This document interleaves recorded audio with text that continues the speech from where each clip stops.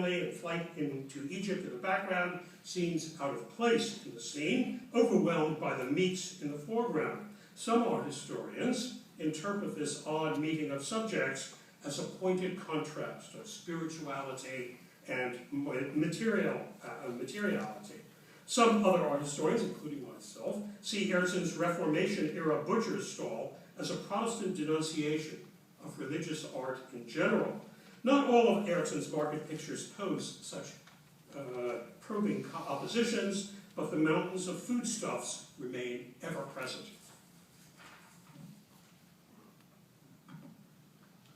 Ayrton's vegetable vendor of 1567, at the left, is not much different from the butcher stall in its onslaught of animals. The food piles up higgledy-piggledy. The vision of unending physical satisfaction depends on disorder, on stuff so plentiful that they cannot be constrained.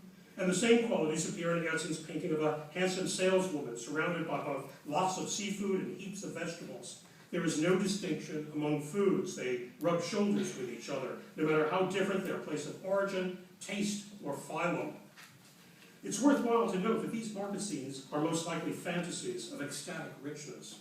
According to the sociologist historians Norbert Elias and Stephen Menel, who studied the food industry, there were no such overflowing markets before the 18th century.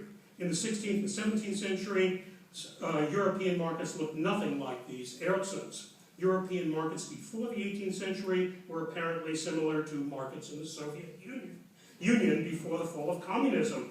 Meager affairs with long lines of customers with nothing much to purchase.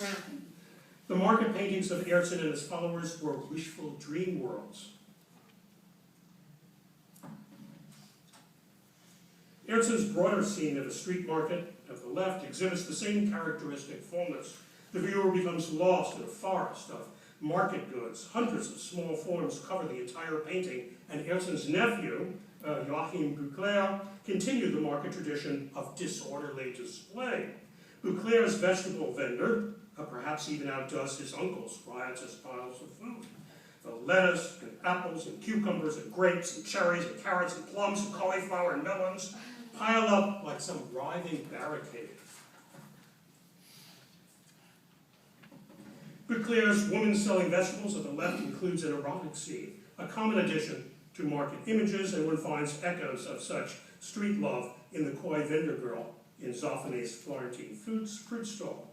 Like his uncle, Peter Ayrton, Beauclerc also placed biblical episodes in the backgrounds of several of his market scenes, but he also tied some of his markets to scientific concepts. The Beauclerc painting at the right from 1569 is one of 4 market pictures that together illustrate the 4 elements of the world: earth, air, fire, and water. All of them, like the picture of the element earth at the right, present bounteous supplies of the few foods associated with that particular element. Franz Snyder's produced a number of delightfully disordered market scenes in the 1620s, continuing the subject matter and theme of abundance begun by Ayrton. And Snyder's was not alone in spreading swarming markets pictures into the 17th century.